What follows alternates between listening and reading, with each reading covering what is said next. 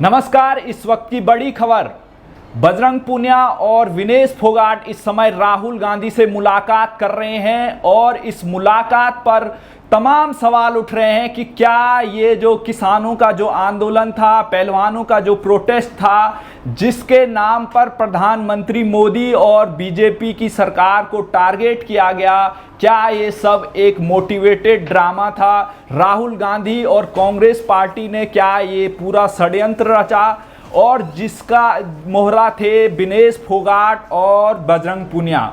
तो जो ये मुलाकात इस समय चल रही है उसमें हरियाणा का चुनाव है और वहां पर ये दोनों अपने लिए टिकट चाहते हैं। जो प्रोटेस्ट इन्होंने किया था उसका ये इनाम चाहते हैं। तो इस सभी मुलाकात पर जो अभी चल रही है हरियाणा में, जो जाटों की राजनीति करके कांग्रेस पार्टी वहां पर अपनी सरकार बनाना चाहती है, उस पर हम पत्रकार जी से पूछेंगे कि राहुल गांधी ने क्या ये जो किस पहलवानों की जो प्रोटेस्ट कराई थी बीजेपी के खिलाफ, क्या इसमें राहुल गांधी और कांग्रेस का हाथ है या नहीं? पत्रकार जी बताइए, जो अभी ये मुलाकात चल रही है क्या कहेंगे इस पर? देखिए, पूरा इसमें राहुल गांधी का और कांग्रेस का हाथ है। हाथ ही नहीं, पूरा उनके द्वारा खेला गया षड्यंत्र और जानबूझ करके देश में अशांति फैलाने के लिए हमारा जो टैलेंट था पहलवान, उसको उसके कैरियर को बर्बाद करने के ये भी साथ, और साथ में कैरियर बर्बाद करके वो राजनीति में आ जाएं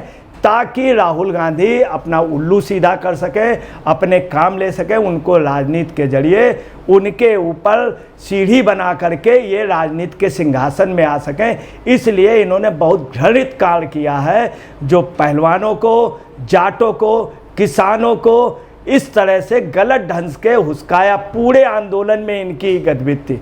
ये डायरेक्ट कोई मूवमेंट नहीं कर सकते, तो लोगों को हुस्का करके, और इनकी योजना थी कि इसमें हिंसा फैलेगी, पुलिस गोली चलाएगी, मगर ऐसा कुछ नहीं हुआ। पहलवानों के इतने दिन के आंदोलन में आप समझ लीजिए ये पोजीशन थी, पूरा ये प्रमोट कर रहे थे।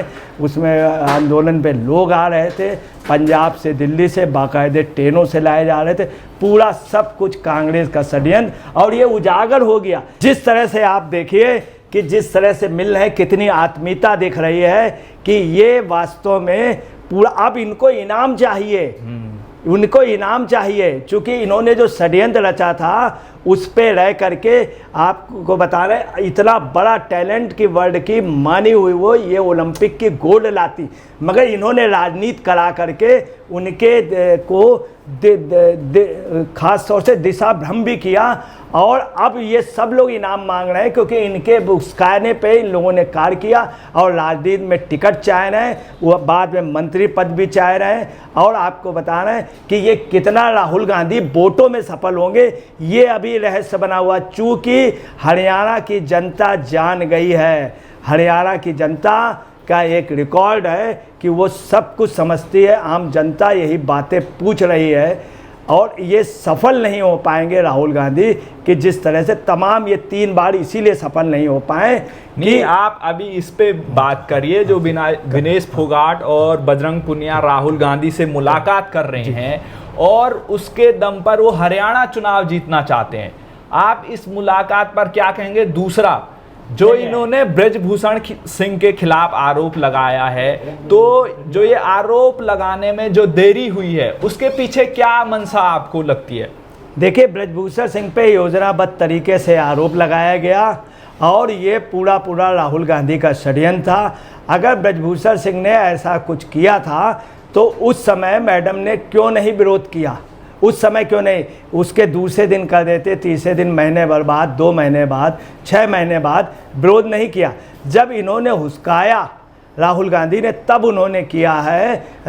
फोगाट ने, चलिए ठीक है, अगर ऐसी कोई बात थी तो आपने फिर उसके बाद आपके घर के कार्यक्रम में, कई कार्यक्रम में आप लोग मिले, यही नहीं उनसे आशीर्वाद लेते हुए भी फोटो है तमाम उस मतलब जिस तारीख को दूसरा इन्होंने एक लेडी के लिए और आरोप लगाया था जिसको साथ बतलाया था, उसका भी बयान आया था, उसके मदर फादर का बयान आया था कि सब योजनाबद्ध तरीके से ये इन लोगों ने कराया था। पूरा फाइनेंस, पूरा ये जो इसको प्रमोट कर रहे थे राहुल गांधी, ये षड्यंत्र देखिए सामने है।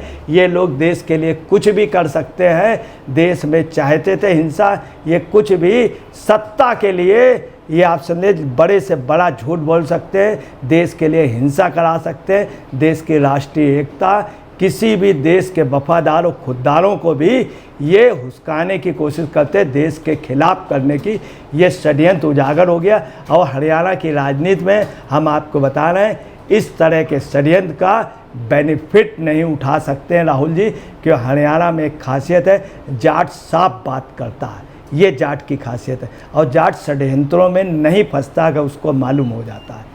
तो आप ये बताइए, राहुल गांधी चाहे जहाँ जिस तरीके के लोग होते हैं, चाहे आदिवासी हों, जहाँ आदिवासी होंगे वहाँ आदिवासियों को तोड़ देंगे, जहाँ दलित होंगे वहाँ दलितों को भड़का देंगे, जहाँ मुस्लिम होंगे वहाँ मुस्लिम भड़का देंगे, जहाँ पर ये देखते हैं जिसकी ज़्यादा पॉपुलेशन है उस हिसाब से ये प्रोटेस्ट करते हैं। किस तरीके से यहाँ पर जाटों को जो तोड़कर हिंदुओं से अलग करके वो हरियाणा चुनाव जीतना चाहते हैं, आप इस पर क्या कहेंगे? देखिए, ये इनका एक आज से नहीं, शुरू से एक नैरेटिव इनका रहा है कि हर एक को हुस्काना केंद्र के प्रति, और चलिए मोदी या बीजेपी के प्रति हुस्काए, परंतु देश के खिलाफ करते हैं। इनका रहा है कि देश में इस तरह का विरोध हो दलितों के खिलाफ। अब आप यहाँ से अंदर बैनुला वाला जो मामला था, सबसे पहले दलित इन्होंने बताया था, पूरे देश में हल्ला मचा। बाद में पता चला बैनुला जो था वो दलित था ही नहीं, वो दलित था ही नहीं। अभी इन्होंने यही किया किसानों के साथ, तमाम आप समझे कहीं दलितों के लिए, कहीं ये कहेंगे संविधान की किताब लेकर के कि संविधान ये बदल देंगे, जबकि ऐसा कुछ नहीं, संविधान कोई नहीं बदल। संविधान को बदलने का काम इन्होंने किया, राहुल गांधी ने। हमेशा जातिवाद राहुल गांधी ने की, यही इन्होंने काम किया था। हरियाणा में कपिल देव को एक बार कांग्रेस के चुनाव प्रचार में ले आए थे। कपिल देव ने कहा था मेरी ज़िंदगी की सबसे बड़ी गलती हुई।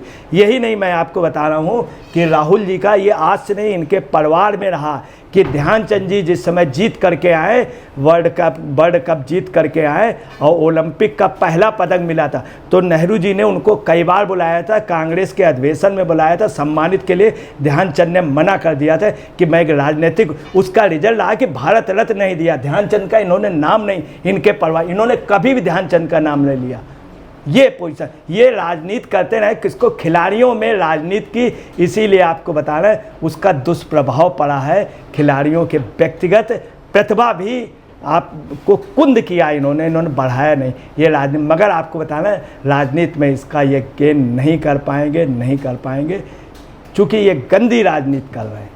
तो अंतिम सवाल ये है कि जो विनेश फोगाट और बजरंग पूनिया ने राहुल गांधी से मुलाकात की है, क्या इसका बेनिफिट कांग्रेस को हरियाणा चुनाव में मिल पाएगा? क्या वहां पर वो सरकार बना पाएगी इसके दम पर? आप क्या कहेंगे इस पर? देखिए, बिल्कुल नहीं बना पाएंगे। उसकी वजह मैं आपको बहुत क्लियर कर दूं कि वहाँ पर सबसे बड़ी जो बात है जाट समाज है। जाट समाज वहाँ पे जो है वो ज़्यादातर वोट जो है वो अभय चौटाला और इनेलो को जाएगा इस बार, जो पोजीशन है।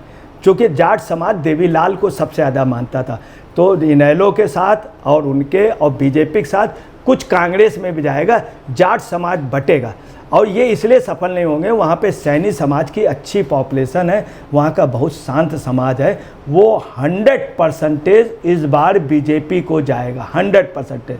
दूसरी जो नॉन जाट है वो टोटल बीजेपी को जा रहा। जाटों में भी बीजेपी की हर हाल में 25% है।